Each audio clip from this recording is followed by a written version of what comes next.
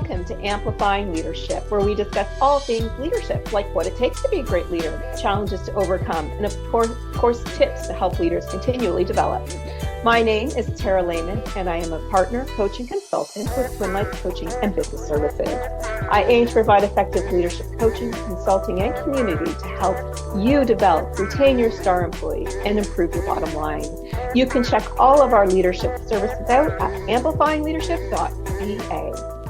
Today, I am welcoming Samantha Kozuch, creator of the Maniscripting Journal and Maniscripting Method. Welcome to the show. Thank you for having me, Tara. Super excited to be here. Great.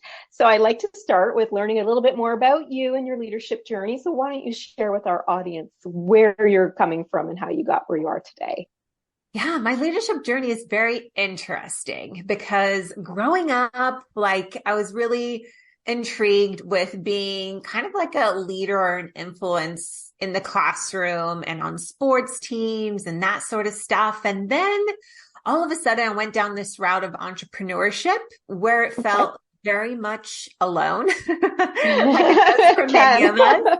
Yeah. And for many years I worked alone as far as like running my business, creating all the things in my business. I did a lot of stuff in the online space. I also did a lot of stuff in a couple different industries, but it didn't require really a team. I kind of just did it all.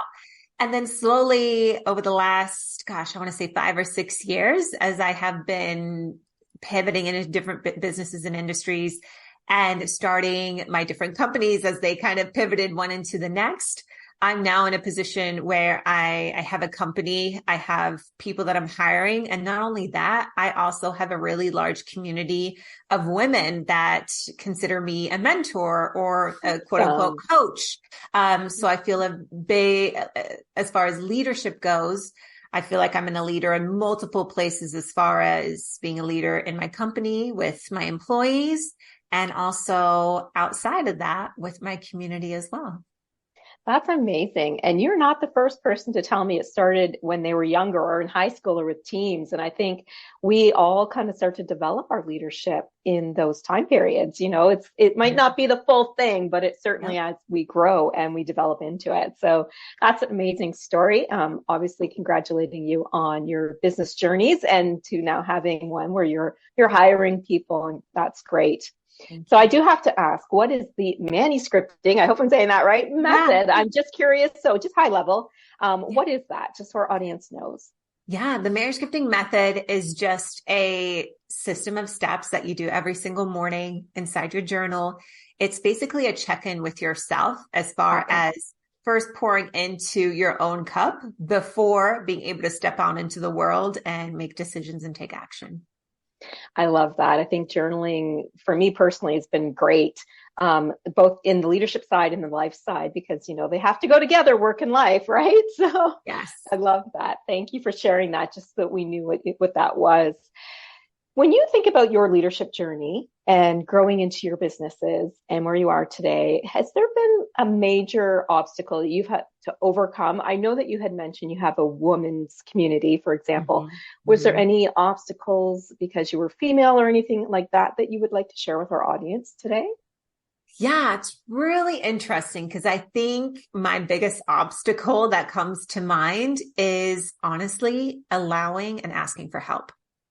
That's a tough one. Yeah. Yes. Yeah, it's a big one because as you step and grow into a leadership position, no matter what the case is, you get to a point where you can't do everything on your own. You can't be everything to everyone, and you have to call in that support so that you can offload the things that you kind of just don't need to do if it's in your business or just to grow yourself. And usually, you know, if you're a leader, you're in charge of people or influencing people, or you have employees or a community and stuff like that. But to offset those things that you really don't need to do, so then you can allow your energy to funnel into what matters most. And that's, you know, helping others or being that leader for your team. So then, you know, they have things that they can aspire to grow into and step up their game. So it's all like this rising funnel to the top. kind of thing. Yeah. And we do have to learn and grow ourselves as leaders, right? It's not just our Yeah. team that needs it. So we need our support and Yes. coaches or mentors or whatever Mhm. that might look like Mhm. so that we can stay on top of our game as well. Absolutely Yes. agree. Yeah. Yes. So let's talk communication, favorite Mhm. topic of mine. And what is your favorite communication topic, if I could ask that, when it comes to leadership?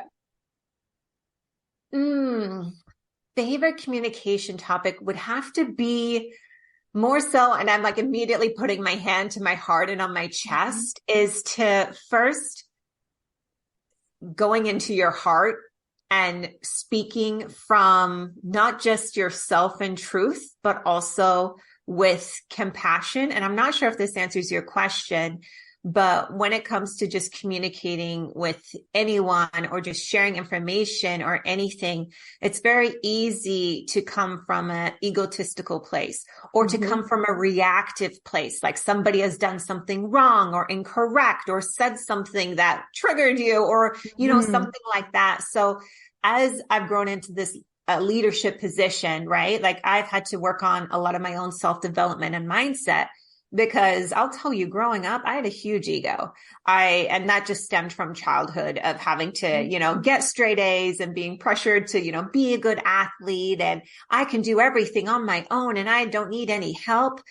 Which then came to if someone had told me I'd done something wrong or if I had failed or if that wasn't good enough, like that was a trigger for me, right? Like that was my ego, like, oh, like what the hell? Like, no, I'm the best kind of a thing, right? So as I Right. go into leadership, I had to learn that when I'm talking and communicating with people, that whatever they're reflecting back to me, especially more so if it's negative or they did something wrong or whatever, instead of me coming at them from like this angry, like, what did you do? Or, oh, you're so stupid. Or, just something like, which I would never say to like, Yeah. but that thought process of instead of that, have to first take it inwards and take that pause before responding and getting back to my heart and be like, oh, this person just needs help or this, I have to Mhm. bring it back to me before being in a more reactive state.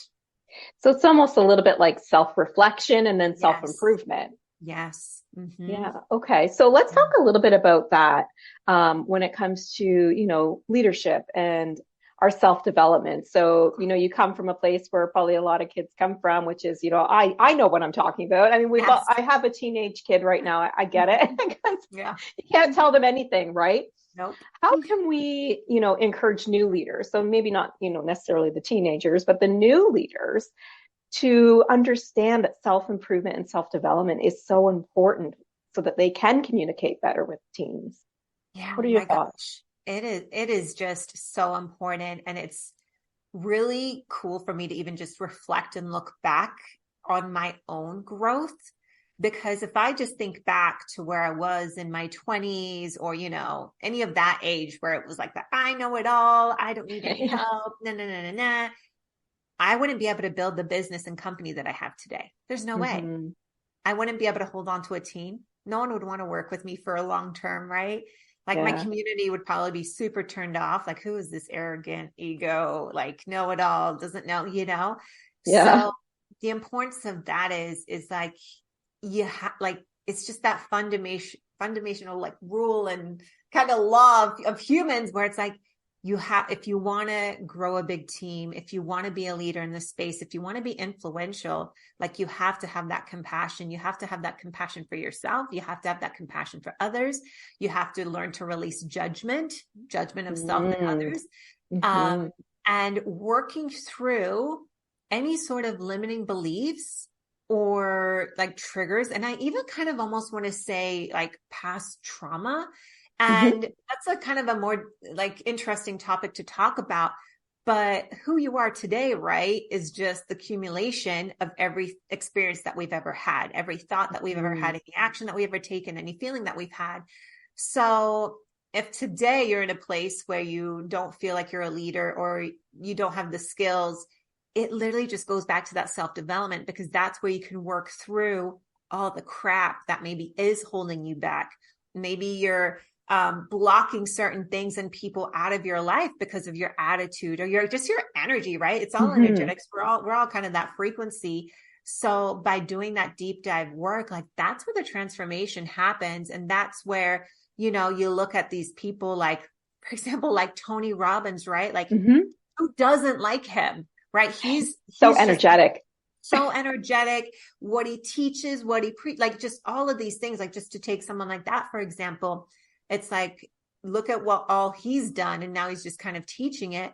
But going back to your own self-development is key. So if right now you're not seeing the results that you want in your community, or you're not getting the opportunities and stuff like that, it's like, okay, let's come back to me. Cause sometimes we just like to try and do. Mm-hmm. And it's like, well, if things aren't happening, let's turn back inwards and focus back on that self-development and mindset work that's going to help me get to that next level. Yes, I like how you put that too. Like we can't change anybody else except Right. ourselves. I mean, that is the number Exactly. one thing you have to remember, right? We can't change how other people, how even their belief systems. Yes. We can have expectations of behavior in the workplace, around code of conduct and such, but we do really need to look at ourselves if change needs to happen first, Yes. because we need to develop ourselves the best we can. Mm-hmm. You talked a little bit about obviously the judgment piece, and I'd like to come back to that a little bit because we all have histories. And so we all have maybe some unconscious judgments that we're doing or unconscious biases that we have. And when it comes to that self-improvement, we need to start to make those conscious, and bring them forward. How do you work around judgments? Maybe not your own judgments, maybe they are, or even like team judgments that might come out. How do you work through that for yourself or for your team so that judgments can become conscious so that we can discuss them and change them? Yeah, I love this question because I have recently hired quite a few new people for our team. Mm-hmm. And at the first, you go through the interview process and you get to know somebody. It's like, oh, they're great. They seem, awesome. And then you start working with them. And then you really start to get to know their personality and their quirks and, this, that, and the other. And all of a sudden, it's like you kind of like feel yourself like not judging them, but like, you have these certain opinions and stuff like that. But what I like to do, because I hate to judge anyone, I hate to come up with my own stories. And I think that's where people fall into is they kind of create this own story of why that person is the way that they is, or why they're doing this. And instead, what I learned to do is like, okay, I have this, this kind of, it's a questioning process, right, about this person. So what I like to do is I just like to deep dive to get to know them a little better. And I'm not here to say I'm not trying to be besties with all of my employees or people that are in my community, right? That's hard. That's almost impossible, right? Just energetically in itself. But if I'm starting to feel a certain way, like, oh, like they're not showing up to do their role, or they're missing out on doing these things, like, why isn't it clicking? Why aren't they getting it? I like to just have that sit down with them and just get to know them. And it's not even about that thing. It's about, hey, how can I help support you better? And then when you ask a question like that and tap in like that, that's when you can just get more information about them. And it could be sometimes the simplest thing. And then that, honestly, I feel when you have this type of open communication, that's when that judgment starts kind of falling away and releasing. Because I feel like when we start to judge people, it's because we're creating those stories in our heads. We don't really know them, right? Like, for example, homeless person on the street, right? We all judge them. Oh, they're probably homeless because they've just been doing drugs and they're a terrible person, when it could have been something completely different, right? So just by having more open communication instead of jumping to conclusions, and that's what makes the person feel seen and heard, right? They think that you care, and they're going to step up even more in your organization because they feel heard and seen. I feel like it's the leaders where, it's that whole kind of that ego that comes in, where it's like what they say goes. And if you can't keep up, then you're out, you're not that building that type of team. Like, it's just not going to last for the long term. And, it's like people aren't going to like you. They're not going to think of you as a leader either. Yeah, I think a lot of people, especially now that we've had such a changing world over the last few years, is that type of management, because I don't necessarily myself call it leadership if Right. you're more a micromanager or dictatorial type, Right. person. I think that's changing. I think we're seeing a Yeah. shift to the Mhm. leadership, the empowering your employees, coaching your employees, like you Yes. said, bring them in for those meetings and ask them questions to help you understand the roadblocks or barriers. If Mhm. you're working for me and I make an assumption you're just lazy because you're Right. not handing things in time, when really it's you need some help with the scheduler that we're using for Yeah. training purposes perhaps, Yes. but we don't talk about it, so I don't know, and you fail and it's Mhm. actually me who didn't reach out. And I think leaders need to do the coaching side, Yeah. for employees. So what are your thoughts on coaching employees in a way that allows them to figure it out with you, so Yeah. asking them those questions? Yeah. I kind of treat it like this, like kind of like this push pull method. Like Mm-hmm. one thing that I always get reflected on from my employees or someone that witnesses me having these conversations is, Sam, you do a really good job of like first, like just like calling them out on what's going on, right? Mm-hmm. Like, hey, you haven't been doing this, X, Y, and Z, blah, blah, blah. But then I always come back to it with the solution, the support them with love, asking the questions. And then we Mm-hmm. figure out a resolution. And then I'll just leave it alone.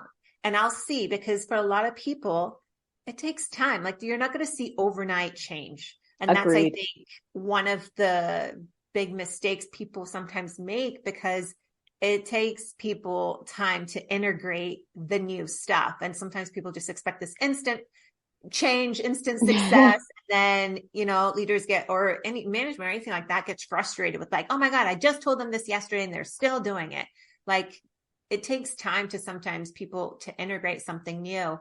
So that's what I kind of do. I kind of like call them in, call them out, but then just like give them that love as well. Because at the Mm-hmm. end of the day, they're also just human.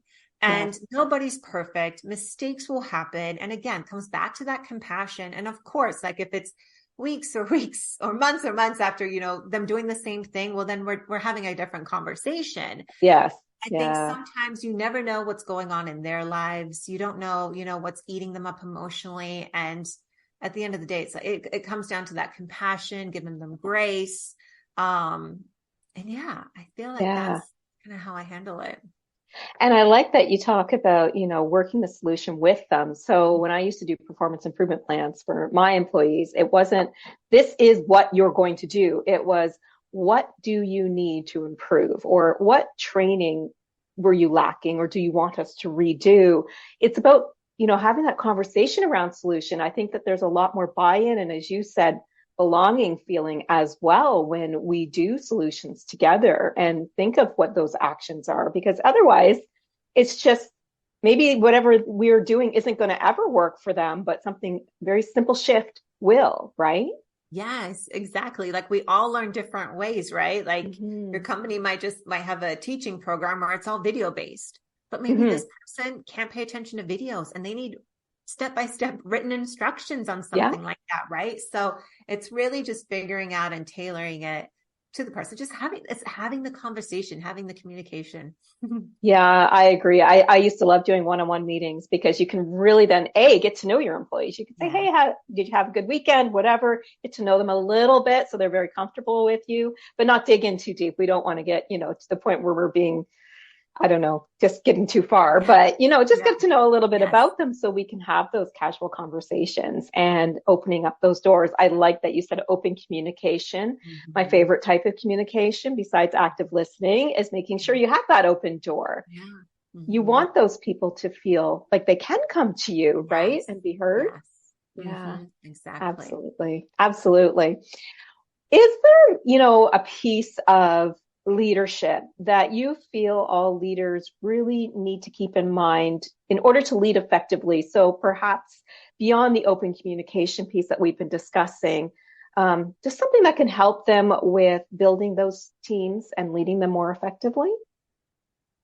With building out the teams, I think getting super clear on who you want on your team Mm-hmm. and just super clear with what position, what tasks, what roles, and really sticking to it. I found myself, especially when I was just building out a team or anything like that, you interview with lots of different people, and majority Mhm. of people interview really, really great. And Yes. sometimes I have hired in the past even, or brought people in where we had this great conversation and the energy was really good, but they didn't meet a lot of the characteristics of what I was actually needing as far as Mhm. like a workforce goes. Yeah. Uh, so I found myself bringing in the wrong people because of that. So I think just really being clear on who it is that you need and keep that top of mind, because a lot of people, people can be very social and very great at interviewing, or, Yes. just when you first meet them and stuff like that, that doesn't mean they're going to be a great employee or person to work with on your team. So that's one lesson that I've learned a couple of times now, Yeah. to keep reminding myself of. Exactly. And recruiting can be its whole topic all its own, obviously, because there's so many things that we are learning and things that are developing in recruiting. I just read an article that's saying, they might be some companies are removing the need for a degree or diploma because sometimes other people have enough years experience that that degree or diploma is not the actual person you need in that moment. It could be the person with the 15 years experience instead. Yeah. Just really looking at the requirements. But yes, Yeah. recruiting is a whole other conversation that we'll have to have Yes. another time for sure. Yes.